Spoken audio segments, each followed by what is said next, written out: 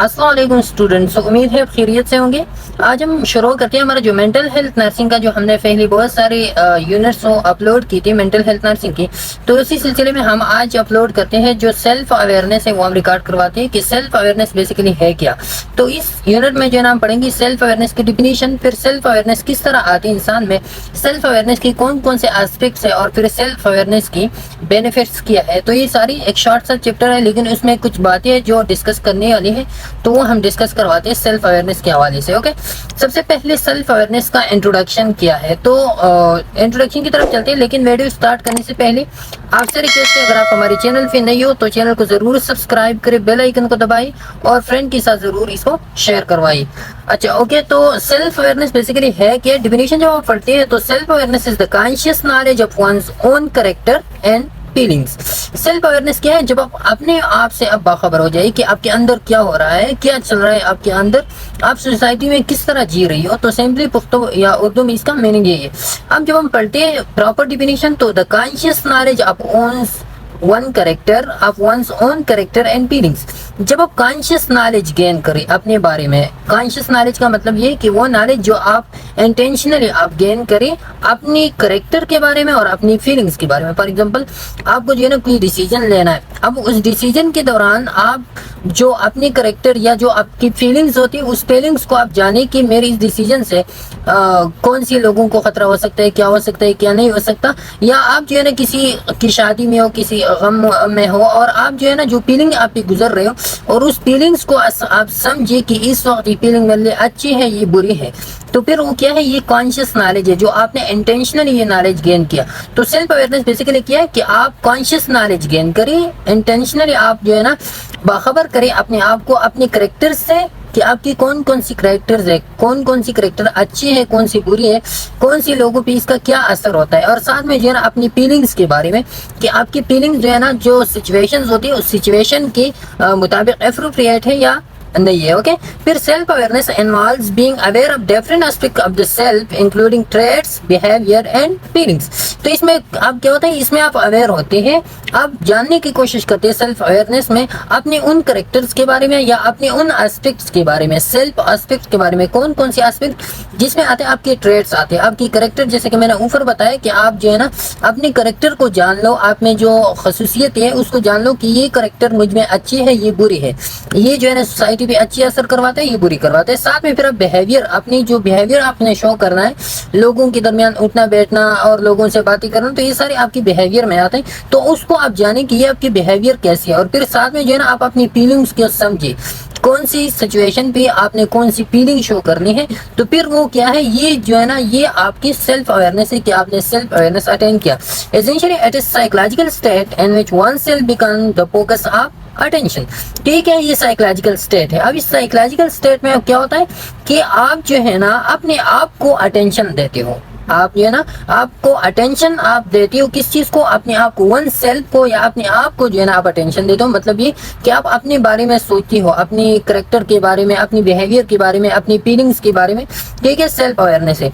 अब self awareness का जो हम पढ़ते हैं कि सेल्फ अवेयरनेस बेसिकली, तो इसमें हम क्या करते हैं सेल्फ अवेयरनेस में, कब जो है ना सेल्फ अवेयरनेस आपकी अटेन होगी, कब आप पहुंचोगे उस स्टेज पे जिस पे जो है ना आपका सेल्फ अवेयरनेस जो है ना या सेल्फ आप अवेयर हो जाए अपने आप से। ओके, तो when you know that you who you are, जब आप ये समझो कि आप कौन हो, व्हाट यू वांट, आप क्या चाहते हो इस दुनिया में, आप किस लिए आए हो, या इस या कोई जगह है या कोई प्रोग्राम वगैरह है उसमें आप बैठे हो और आप अपने आप को आप क्या हो, आप जो है ना क्या चाहते हो, हाउ यू फील, और आप क्या फीलिंग्स आपकी क्या है, why you do things that you do, और आप उन चीजों को जो है ना क्यों करते हो जो आप करते हो, why you do things that you do, आप जो काम करते हो वो काम क्यों करते हो। तो जब ये सवालात, इन सवालात की जवाब आप ढूंढ ले तो फिर आपको जो है ना आप सेल्फ अवेयरनेस आप अटेन करवा लूंगी। ओके, तो ये क्वेश्चन है, जिन क्वेश्चन से जो है ना आप सेल्फ अवेयरनेस को फुलफिल करवा सकते हो। फॉर एग्जाम्पल आपने रिकॉग्नाइजिंग बैड हैबिट, आपकी बैड हैबिट है, आपने उसको रिकॉग्नाइज किया। इसका मतलब ये है कि आपने अपने आप से आप बाखबर हो गई कि आप में ये बैड हैबिट है या गुड हैबिट है। For example focus on positive things in a negative situation. अब नेगेटिव सिचुएशन है तो अगर आप में सेल्फ अवेयरनेस नहीं होता तो बाकी जानवरों की तरह, जिस तरह की वो जो है ना एनवायरनमेंट के साथ जैसा एनवायरनमेंट होता है उसी तरह वो बिहेव करवाता है। तो जैसा कि जानवर नेगेटिव एनवायरनमेंट में नेगेटिव बिहेव करवाता है, पॉजिटिव में पॉजिटिव, इस तरह जो है ना अगर आपको नेगेटिव एनवायरनमेंट आ जाए और आप जो है ना उसमें पॉजिटिव बिहेवियर शो करें तो इसका मतलब ये है कि आप में सेल्फ अवेयरनेस आ गया है। अब अपने आप से जो है ना आप अवेयर हो कि ये चीज मेरे लिए बुरा है, इस नेगेटिव सिचुएशन में मैंने ये नहीं करना है। लर्न इमोशनल ट्रिगर्स, आपकी जो इमोशनल ट्रिगर्स होते हैं उसको आप जान ले कि इस वक्त जो है ना कौन सी इमोशन जाहिर करनी है। तो फिर क्या होता है, फिर जो है ना आप सेल्फ अवेयरनेस अटेन आप करवा सकते हो। ओके, तो सिंपली क्या सेल्फ अवेयरनेस था। अब इसके बाद जो है ना जो दूसरा वाले टाइप्स ऑफ सेल्फ अवेयरनेस, तो टाइप्स ऑफ सेल्फ अवेयरनेस जो है ना वो क्या है। टाइप्स ऑफ सेल्फ अवेयरनेस की बेसिकली 2 टाइप्स है। पहला नंबर पर है पब्लिक सेल्फ अवेयरनेस, तो पब्लिक सेल्फ अवेयरनेस है, और दूसरा वाला जो है ना वो इधर है कि प्राइवेट सेल्फ अवेयरनेस। तो ये 2 टाइप्स है, जैसे कि आपको नाम से समझ आ जाएगा कि what is the public self awareness और what is the private self awareness. तो पब्लिक सेल्फ अवेयरनेस क्या है, this type emerge when people are aware of how they appear to others. इस टाइप में जो है ना आप क्या करते हो, इस टाइप में आप ये अवेयर हो जाते हो कि दूसरे लोग आपको किस तरह जो है ना वो लेते हैं, आपके बातों को, आपकी एक्शंस को, आपकी बिहेवियर को दूसरे लोग किस तरह जो है ना वो लेते हैं या उसको समझते हैं। तो जब ये चीजें या आप जो है ना अपनी अवेयरनेस को या आप जो शो करते हो बाहर, तो क्या होता है वो आपकी पब्लिक सेल्फ अवेयरनेस होती है। Public self awareness often emerges in situation when people are at the centre of attention. इसमें क्या होता है, इसमें पब्लिक सेल्फ अवेयरनेस तब होता है जब आपका सेल्फ सेंटर ऑफ अटेंशन, जब आपका सेंटर ऑफ अटेंशन सेल्फ नहीं हो लेकिन लोग हो। पब्लिक सेल्फ अवेयरनेस का कब पैदा होता है, जब आपकी सेंटर ऑफ अटेंशन जो है ना वो सेल्फ नहीं हो बल्कि वो लोग हो। आप ये अटेंशन आप उस चीज पे देते हो कि लोग मुझे किस तरह कंसिडर करवाते हैं या लोग मुझे किस नजर से देखते हैं। तो ये आपका फिर क्या बनता है, इसी वक्त जो है ना आप शो करवाते हो पब्लिक सेल्फ अवेयरनेस। अब आप समझोगे एग्जाम्पल से, such is when giving a presentation talking to a group of friends. तो आप जब प्रेजेंटेशन देते हो तो आपका फोकस क्या होता है, आपका फोकस लोगों पे होता है कि मैं उस लोगों को समझाऊं, इन लोगों की जो कल्चर्स है, इन लोगों की जो बातों का स्टाइल है, तो ज्यादातर आप कोशिश करते हो कि आप वही अपनाओ ताकि वो लोग आपसे मुतासिर हो जाए। या talking to group of friends, आप ग्रुप ऑफ फ्रेंड में आप बात कर रहे हो तो आप वो शो नहीं कर रहे हो जो आप अकेले में जो काम करवाते हो या अकेले में जो आपके रिएक्शंस होते हैं, आपके एक्शंस होते हैं, वो आप शो नहीं करते। आप शो वही करते हो जो पब्लिक को अच्छा लगे। Okay, this type of self awareness often compels people to adhere to social norms। और इसमें क्या होता है, आप इसमें इस सेल्फ अवेयरनेस में आप कंपेल्ड हो जाते हो, आप मजबूर हो जाते हो कि आप क्या करो, आप सोशल नॉर्म्स को अटेंड करो, जो आपकी कल्चर्स होते हैं, आपके रिवायात होते हैं, तो आप उस रिवायत के मुताबिक इस टाइप में या पब्लिक सेल्फ अवेयरनेस में चलने की कोशिश करते हो। When we are aware of that we are being attached and evaluated, we often try to behave in ways that are socially acceptable and desirable। जब आपको यह पता चल गया कि मैं जो है ना लोग मुझे देख रहे हैं और मुझे एवेलुएट कर रहा है। ओके, तो जब ये पता आपको चल रहा है कि लोग मुझे एवेलुएट कर रहे हैं, मेरी एक्शंस को देख रही है, we often try to behave in ways that are socially acceptable and desirable. तो आप फिर ऐसी वेज पे या ऐसी उस पे जो है ना आप कोशिश करते हो कि ऐसी तरीके आप अपनाओ जो लोगों के लिए क्या हो, एक्सेप्टेबल हो, सोसाइटी के लिए एक्सेप्टेबल हो और डिजायरेबल हो, लोग उसको पसंद करें, तो वही तरीका आप अपनाते हो। Public self awareness can also lead to evaluation anxiety which people become distressed and anxious or worried about how they are perceived by other। तो पब्लिक सेल्फ अवेयरनेस में बहुत सारे लोग ऐसे होते हैं जो एवल्यूएशन एंजाइटी में चले जाते हैं। मतलब एंजाइटी में, एवल्यूएशन एंजाइटी का मतलब ये कि आप ये समझती हो हर वक्त आपका फोकस ये होता है कि उस बंदे ने मुझे किस नजर से देखा, या मैं ये कपड़े पहन लूं तो लोग मुझे किस नजर से देखेंगे, मैं इस तरह के बाल बनाऊं तो लोग मुझे किस नजर से देखेंगे, किस तरह जो है ना मैं अपने वो करूँ, दाढ़ी बनाऊं तो लोग मुझे किस तरह के नजर से देखते। तो इस में आप चलते हो एवल्यूएशन एंजाइटी में। जैसे कि आपने बहुत से लोगों को देखा होगा कि वो जो है ना बार बार जो है ना चेहरे को धोते हैं, बार बार जो है ना आईने के सामने होते, बार बार बाल को कंघी करवाते हैं। तो उसका मतलब क्या होता है कि मैं लोगों में जो है ना किस तरह के दिखाई दे रहा हूँ, तो बार बार जो है ना उसकी जहन में एक अलग अलग परसेप्शन आते हैं। इस वजह से जो है ना पब्लिक सेल्फ अवेयरनेस से इंसान एवल्यूएशन एंजाइटी में भी चला जा सकता है, जिसमें जो है ना इंसान डिस्ट्रेस हो सकता है, एंग्जाइटी हो सकता है, worried about how they are perceived by other. और इसी चीज का उसको खौफ होता है कि दूसरे लोग जो है ना मुझे किस नजर से देखते हैं। ओके, अब इसके बाद फिर आता है private self awareness. Private self ये उसका अपोजिट है, उसमें जो है ना आपका फोकस ऑफ अटेंशन पीपल थी या दूसरे लोग थी, इसमें आपका फोकस ऑफ अटेंशन सेल्फ होता है। अब जो है ना इसमें आप इनर की तरफ आते हो, अपने आप की तरफ कि मुझे जो है ना अपना आप कैसे दिखाई दे रहा है।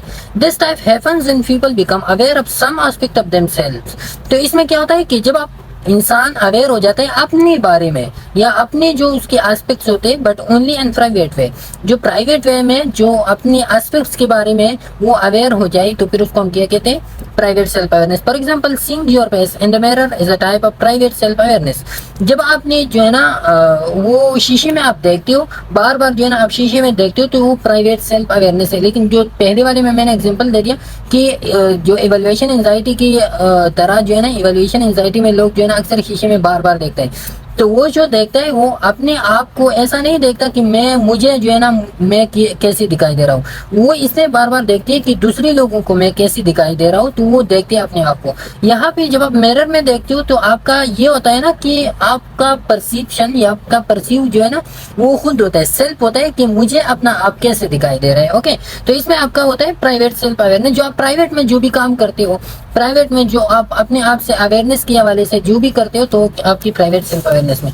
अब सेल्फ अवेयरनेस जो है ना, सेल्फ अवेयरनेस के बारे में एक वो है मॉडल है, और वो मॉडल पेश किया है जोहरीज ने। ये 2 साइंटिस्ट थे, the Johari Vando, as a technique that helps people better understand their relationship with themselves and others. It was created by psychologist Joseph Luft and Harrington Langham. तो ये था जोसेफ लफ्ट ने और हैरिंगटन लैंगम ने जो है ना, इन दोनों साइंटिस्ट ने, साइकोलॉजिस्ट ने, ये दोनों ने ये किया था। और इसी की वजह से इन दोनों के नेम की वजह से यहाँ पे से ना जो का वो लगाया गया और इधर से जो है ना हैरी का लगाया गया और जोहरीज मॉडल का या जोहरीज वेंडो का नाम दिया गया। अब इसको वेंडो क्यों कहा जाता है तो ये हम बाद में डिस्कस करवाते हैं, लेकिन इसका मेन पर्पस क्या है, तो पर्पस इसका ये है कि this vendor is a technique. ये क्या टेक्निक है that helps people better understand their relationship with themselves and other. इसमें क्या होता है, इसमें आप अंडरस्टैंडिंग करवाती हो अपने रिलेशनशिप की अपने साथ और दूसरों के साथ आपका कैसा रिलेशनशिप है। अब अपने साथ जो है ना आप किस तरह बर्ताव करते हो, दूसरों के साथ आप किस तरह बर्ताव करते हो,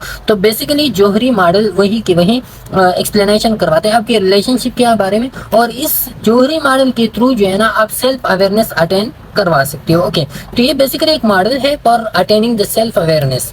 इट वाज क्रिएटेड बाय, तो ये उन्होंने क्रिएट किया था 1955 में। अब इसमें क्या था, basically model of self awareness, तो बेसिकली ये सेल्फ अवेयरनेस का एक मॉडल है।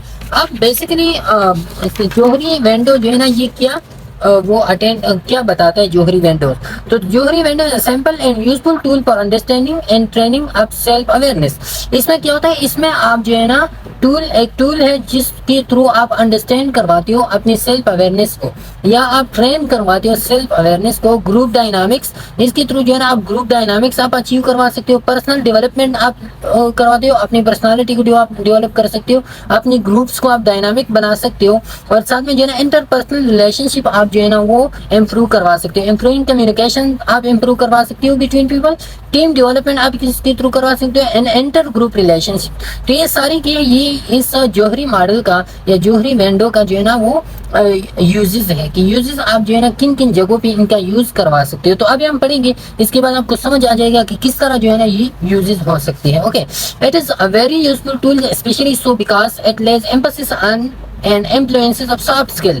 तो ये क्या होता है, ये बहुत ज्यादा यूजफुल है। क्यों यूजफुल है, क्योंकि ये जो है ना इन्फ्लुएंस करवाते हैं, क्या करवाते हैं, इन्फ्लुएंस करवाते हैं, इंप्रूव करवाते हैं आपकी सॉफ्ट स्किल्स को। सॉफ्ट स्किल्स वो स्किल्स आपकी होती है ना जो चेंज हो सकते हैं, जो बाहर की फोर्स की वजह से चेंज हो सकते हैं। जैसा कि आपका कम्युनिकेशन है, तो कम्युनिकेशन आप इंप्रूव करवा सकते हो। आपका कम्युनिकेशन खराब हो सकते हैं, सही हो सकते हैं बाहर के एनवायरनमेंट के साथ इंटरेक्शन से। ओके, जैसा कि आपका प्रॉब्लम सॉल्विंग वो कैपेबिलिटी है, जैसा कि आपका डिसीजन मेकिंग कैपेबिलिटी है या क्रिटिकल थिंकिंग है, तो ये सारी सॉफ्ट स्किल्स है जो चेंज हो सकते हैं। एक स्किल ऐसे होते हैं ना जो चेंज नहीं हो सकती। जो आपने एक मरतबा उसको याद किया तो फिर वही की वही रहेगा, फिर वो चेंज नहीं हो सकता। लेकिन कुछ स्केल्स ऐसे होते हैं, ये वाले स्केल्स जो आपकी चेंज हो सकते हैं। साथ में जो है ना फिर इसके साथ आपका इन्फ्लुएंस हो सकता है या इम्प्रूव हो सकता है जोहरी वेंडो के थ्रू। आपका बिहेवियर इम्प्रूव हो सकता है, आपका कोऑपरेशन दूसरों के साथ, आपका मिलना जुलना वगैरह, वो इंटर ग्रुप डेवलपमेंट आपकी जो है ना वो इंक्रीज हो सकती है। एम्पैथी भी आप में आ सकते हैं थ्रू जोहरी मॉडल। किस तरह जो है ना आप अपने आप को एम्पैथाइज करवा सकते हो। एंड इंटरपर्सनल डेवलपमेंट, और अपने आप का जो आपकी रिलेशनशिप होते हैं तो उस रिलेशनशिप को आप किस तरह जो है ना डेवलप करवा सकते हो। तो ये क्या है, ये जोहरी मॉडल के वो यूजेस है जो अभी हम पढ़ेंगे। जोहरी मॉडल बेसिकली होता क्या है, ये मॉडल या जोहरी वेंडो जिसको हम कहते हैं, the Johari window is based on four square grid.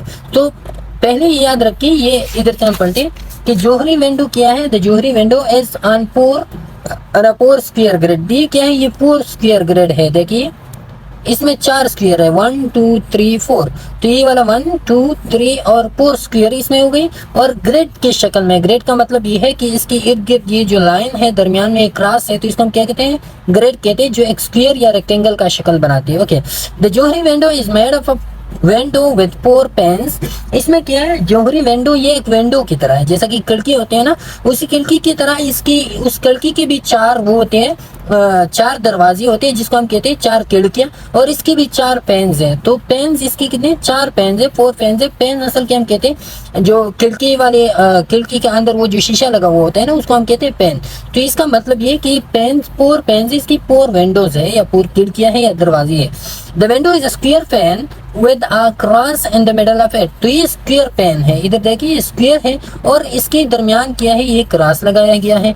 This cross divides the window into 4 panes, और ये क्रॉस जो है ना विंडो को 4 पेन्स पे, 1 पेन 2 पेन 3 और 4 पेन में डिवाइड करवाते हैं। ओके, अब जोहरी विंडो ईच पेन, अब ये पेन जो है ना, ये जो खिड़की है, ये दरवाजे, ये क्या रिप्रेजेंट करवाते हैं। ईच पेन रिप्रेजेंट 2 थिंग्स, 2 चीजें और एक पेन रिप्रेजेंट करवाते हैं। The first one step known to you, पहला वाला ये वाला जो है ना, नोन टू यू, जो आपको मालूम हो जो चीजें।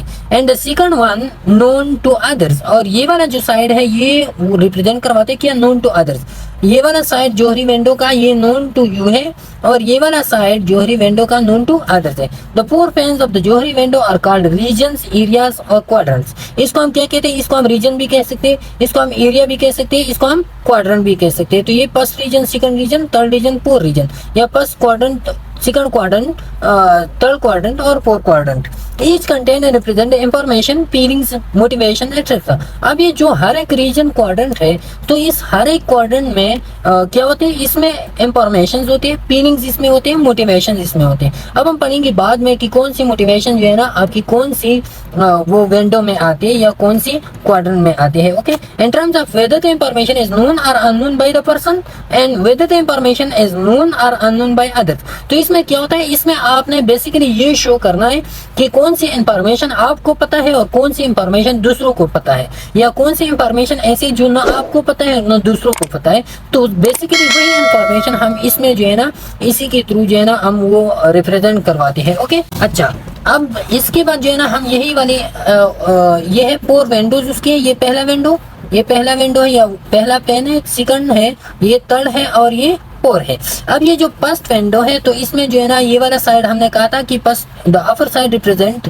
Known to self. ये वाला एरिया आपको मालूम है और ये वाला दूसरों लोगों को मालूम है, ये पता आपको नहीं है और ये दूसरों को पता है। तो ये वाला क्या है, ये वाला ओपन एरिया है या ओपन एरिया, इसको हम कहते हैं एरिना भी इसको हम कहते हैं। ओके, तो अब ये कौन सा, ये ओपन एरिया है जो आपको भी मालूम है, known to you and also known to other. तो ये वाला क्या है, ये आप देखिए, ये इससे आप अटेंड करवा सकते हैं। ये नोन टू सेल्फ भी है, नोन टू अदर भी है। ओके, तो दोनों को जो है ना, ये वाला फर्स्ट वाला जो है ना ओपन एरिना, ये दोनों को मालूम है। सेकंड एरिना ऐसा है कि जो आपको मालूम नहीं है, not known to self but at knowns to other. तो दूसरों को पता है लेकिन आपको पता नहीं। जैसा कि अंधा शख्स होता है ना, तो अंधे शख्स को जो है ना बाहर जो है उसको पता नहीं होता, लेकिन दूसरों लोगों को पता होता है कि इसके साथ क्या है, इसके आगे पीछे क्या है। तो ये ब्लाइंड स्पॉट है, ये क्या है, ब्लाइंड स्पॉट है। थर्ड नंबर हिडन एरिया और पैसेज, इसको हम कहते हैं। हिडन एरिया कौन सा है, जो आपको तो पता है लेकिन दूसरों लोगों को पता नहीं है।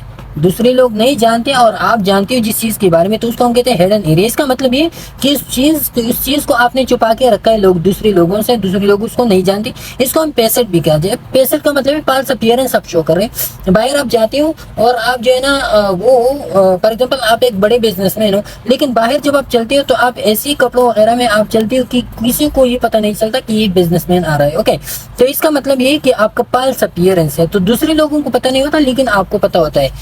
नॉट नोन टू सेल्फ, अब ये अननोन क्या है, ये ना आपको पता है न दूसरों को पता है। ये डार्क एरिया है, आपकी कुछ ऐसी करेक्टरिस्टिक्स हो सकते हैं ना आपको पता हो ना दूसरों को बताओ। अब ये 4 एरियाज हम डिटेल से डिस्कस करवाते हैं कि इसका मतलब क्या है। ओके, पहला वाला जो हमने बताया था तो होता ओपन सेल्फ एरिया और एरिना, इसको हम कहते थे।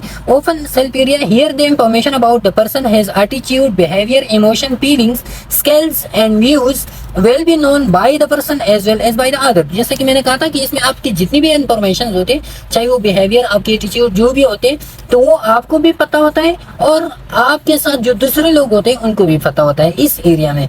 This is mainly the area where all the communication occur and the larger the area becomes the more effectual. तो ये कौन सा एरिया है जिसमें बहुत ज्यादा कम्युनिकेशन जो होती है लोगों के दरमियान, तो इसी एरिया में आते हैं। क्योंकि जो आप कम्युनिकेशन करते हो तो कम्युनिकेशन के लिए ये होना जरूरी है कि वो चीज आप भी जानते हो और दूसरे लोग भी उस चीज के बारे में जानते हो, तभी आप कम्युनिकेट करवा सकते हैं। ओके, तो ज्यादातर कम्युनिकेशन इसी एरिया के अंदर आते हैं और इसका एडवांटेज क्या है, the larger the area becomes the more effectual and dynamic the relationship will be. अब जितना भी एरिना से बाहर हो, एरिना का मतलब ये है कि जितना भी एक चीज के बारे में आपको भी पता हो, लोगों को भी पता हो, या आपको भी पता हो, आपकी फैमिली को भी पता हो, तो उतना आपके रिलेशनशिप स्टेबल होंगे। फॉर एग्जाम्पल कोई चीज है, आप जो है ना आप अपनी वाइफ के साथ जो है ना हर एक चीज को डिस्कस करवाते हैं, वो आपके साथ हर एक चीज को डिस्कस करवाते हैं, ठीक है, ओपन एरिना है और इसी से जो है ना आपकी रिलेशनशिप क्या होते हैं, वो स्टेबल बन जाते हैं। ओके, तो ये था ओपन एरिना। आप ओपन एरिना को आपने जो है ना एक्सपेंड कैसे करवाना है। फॉर एग्जाम्पल आपका एरिना, ओपन एरिना क्या है, आपका ओपन एरिना कम है, दूसरे लोग आपके बारे में नहीं जानते, तो फिर क्या हो गया, आपका ओपन एरिना कम हो गया।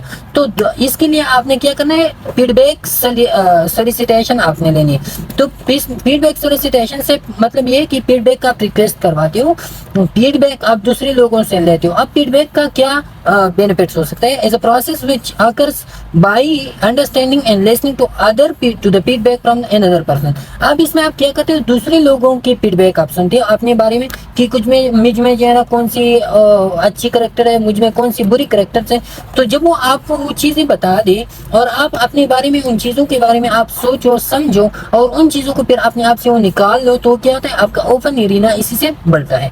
Through this way the open arena can be increase horizontally decreasing the blind spot. अब इसमें क्या होता है, इसमें आपका ब्लाइंड स्पॉट कम होता है। ब्लाइंड स्पॉट हम कौन सी स्पॉट को हम कहते हैं, ये वाला एरिया था वो स्पॉट जिसमें जो है ना आप अपने बारे में जो है ना नहीं जानते और दूसरे लोग आपके बारे में जानते हैं, तो क्या होता है, वो आपका ब्लाइंड स्पॉट होता है। अब जब आप लोगों से फीडबैक लेते हो तो फीडबैक के थ्रू आपका ब्लाइंड स्पॉट जो है ना वो कम होता है, ओपन एरिया इंक्रीज होता है। कैसे, फॉर एग्जाम्पल आप में कोई ऐसा करेक्टर है जो आपको पता नहीं है लेकिन दूसरे लोगों को पता है और वो आप में बैड करेक्टर है, तो जब आप दूसरे लोगों से फीडबैक लो, फीडबैक में लोग आपको बताएंगे कि ये चीज आप में खराब है और इस चीज के बारे में आपको पता नहीं है, उस चीज को आप क्या, उस चीज से आपने अपने आप को अवेयर किया, आपको पता चला कि मुझ में ये करेक्टर है, तो आपको क्या हो गया, आपका ब्लाइंड स्पॉट कम हो गया और आपका ओपन एरिना ज्यादा हो गया। ओके, तो ये आप क्या करवा सकते हैं, इसको आप हॉरिजॉन्टली अगर इंक्रीज करवाना चाहते हो तो आप क्या करोगे, आप फीडबैक सोलिसिटेशन करोगे। ओके, दूसरा, the size of the arena can also be increase downward and thus by reducing the hidden and unknown areas through revealing one's own feeling. आप जो है ना आप इसको आप नीचे की तरफ किस तरह लेके आओगे। नीचे कौन सा है, नीचे ये वाला एरिया है, ये वाला जिसको हम कौन सा एरिया कहते थे, जिसको हम कहते थे पेसेड एरिया या हेडन एरिया, इसको हम कहते थे हेडन एरिया, जो आपको पता होता है लेकिन दूसरों लोगों को पता नहीं होता, और ये अननोन एरिया है जो ना आपको पता होता है ना दूसरे लोगों को पता होता है। अब आपने जो है ना ये वाला एरिया किस तरह कम करवाना है, ये वाला एरिया किस तरह कम करवाना है, क्योंकि अगर आपने इफेक्टिव कम्युनिकेशन करवानी है तो आपका ओपन एरिया ज्यादा होना चाहिए। तो इधर तो आपने क्या किया, फीडबैक के थ्रू जो है ना आप ओपन एरिया को हॉरिजॉन्टली इंक्रीज करवा सकते हो, ब्लाइंड स्पॉट आप कम करवा सकते हो। लेकिन डाउनवर्ड आप किस तरह इंक्रीज करवाओगे, तो डाउनवर्ड की इंक्रीजिंग के लिए आपको क्या करना करना चाहिए? डाउनवर्ड की इंक्रीजिंग के लिए आपको रिवीलिंग करनी चाहिए, आपको अपने आप को एक्सपोज करवाना है, सेल्फ डिस्क्लोजर आपने इधर क्या करना है, सेल्फ डिस्क्लोजर आपने इधर करना है। तो आप जब अपनी फीलिंग्स को शो करते हो, अपने आप को एक्सपोज करवाते हो, तो आपका ये हिडन एरिया भी कम हो जाता है और आपका ये अननोन एरिया भी कम हो जाता है। आपका नोन एरिया या आपका जो ओपन एरिया है वो क्या होता है, वो इंक्रीज होता है। ओके, अब दूसरा जो एरिया है ये वाला, इसको हम कहते हैं ब्लाइंड स्पॉट और ब्लाइंड सेल्फ। अब ब्लाइंड स्पॉट में जैसे कि मैंने आपको बताया, information about your self that other know and group but you will be unaware of it. वो बहुत सी ऐसी इंफॉर्मेशन है जो आपके ग्रुप में आपके बारे में लोग जानते हैं, लेकिन आप उस चीज के बारे में नहीं जानते। अदर्स में interpret your self differently than you expect, और आप जो है ना, दूसरे लोग आपको ऐसे इंटरप्रेट करवाते हैं जो आप एक्सपेक्ट करते हो उसकी बराकस। फॉर एग्जाम्पल, आप एक्सपेक्ट करवाते हो कि ये लोग जो है ना मुझे बहुत काइंड हार्टेड पर्सनालिटी मुझे समझते हैं, लेकिन दूसरे लोग आप में कोई ऐसा करेक्टर है, उसी करेक्टर की वजह से आपको लोग जो है ना बिल्कुल हार्ड हार्टेड पर्सनालिटी समझते हो। तो आप जो एक्सपेक्ट करवाते हो उस एक्सपेक्टेशन के बराकस लोग आपको जब समझते हैं, तो इसका मतलब है कि आप में कोई ब्लाइंड स्पॉट मौजूद है। Okay, the blind spot reduces for an efficient communication through seeking feedback from other. अब जैसा कि हमने ऊपर कहा कि ब्लाइंड स्पॉट कैसे कम होगा, तो जब आप फीडबैक लेते हो दूसरे लोगों से, तो आपको पता चलता है कि मुझ में क्या अच्छा है क्या बुरा है, तो आपका ब्लाइंड स्पॉट कम हो जाता है। Okay, the last one is the hidden area. अब हिडन एरिया क्या है, जो तीसरा एरिया है जिसको ये वाला आप देखें, तो ये कौन सा एरिया था, ये ओपन एरिया था, ये वाला जो है ना ब्लाइंड स्पॉट था, और ये जो है ना ये हिडन एरिया है। ओके, अब हिडन एरिया में क्या होता है, hidden area information that knows to you but will be kept unknown from other. जो आपके बहुत सारे ऐसी इंफॉर्मेशन लोगों की होती है जो लोग अपने आप से छुपा के रखते हैं, दूसरे लोगों को नहीं बताते वो information. This can be any personal information which you feel reluctant to reveal. अब ये बहुत सारी ऐसी इंफॉर्मेशन है जिसको आप रिवील करने से रिलक्टेंट महसूस करते हो, शर्म महसूस करते हो, आप हेजिटेशन महसूस करते हो कि अगर मैंने ये बातें दूसरे लोगों को बताई तो लोग मुझ पे हंसेंगे, मेरा मजाक उड़ाएगी, या मेरा ये ऐसा हो जाएगा। तो ये वाली जो इंफॉर्मेशन आपने हिडन रखी होती है ना, वो क्या होता है, वो हिडन एरिया होता है। दिस इंक्लूड फीलिंग्स, इसमें क्या होता है, आपकी फीलिंग्स होती है, आपके पास्ट एक्सपीरियंस होते हैं, आपके खौफ फियर्स हो सकते हैं, आपके बहुत सारे सेक्टर्स ऐसे हो सकते हैं जो आपने हिडन रखे हुए। We keep some of our feelings and information as private as it affects the relationship, and thus the hidden area must be reduced by moving the information to open areas. अब ये क्यों हम hidden रखते हैं, हम ये इसलिए hidden रखते हैं कि हमें खौफ होता है कि अगर मैंने ये बात जो है ना अभी अपनी वाइफ को मैंने ये बात बताई ना, तो वो जो है ना हल्ला गुल्ला करेगा, मेरा रिलेशनशिप खराब हो जाएगा, या मैंने अपने मदर या फादर के सामने ये बात की, ये गलत काम या ये जो इधर उधर का काम मैंने किया है, बाहर में गया था, इस तरह की टूर पे मैं गया था, और ये अगर मैंने अपने पेरेंट्स को बताई तो वो मुझे जो है ना घर से निकालेगा। तो आप ये जो है ना अपने पीयर की वजह से आपने ये हिडन रखा है। तो अगर आप चाहते हो कि आपका ये हिडन एरिया कम हो जाए, आपका ओपन एरिया ज्यादा हो जाए, तो फिर आपने क्या करना है, आपने जो है ना रिवील करवाना है उन इंफॉर्मेशन को। ओके, चौथा नंबर पर है अननोन एरिया। तो अननोन एरिया क्या है, वो एरिया ये जो लास्ट वाला है, ये the information which are unaware to your self as well as to other. आपको भी पता नहीं है, दूसरों को भी पता नहीं है, वो अननोन एरिया है। This include the information, feelings, capabilities, talents. इसमें बहुत सारे आपके टैलेंट्स होते हैं, आपकी फीलिंग्स होती है, आपकी इंफॉर्मेशन होती है।